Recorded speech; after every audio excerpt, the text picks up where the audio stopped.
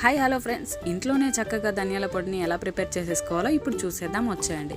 ముందుగా అయితే ఇలా ధనియాలు తీసుకొని గోరువెచ్చగా అయ్యేంత వరకు వేయించుకోవాలి.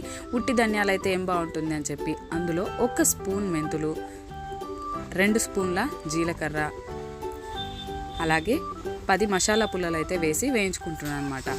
ఇంట్లో మనం చేసే వంట ఎంత రుచికరంగా ఉంటే మన వాళ్ళు అంత ఇష్టంగా తింటారు కదా. సో వాళ్ళ కోసమని మనం ఎన్ని జాగ్రత్తలైనా తీసుకోవచ్చు అనమాట.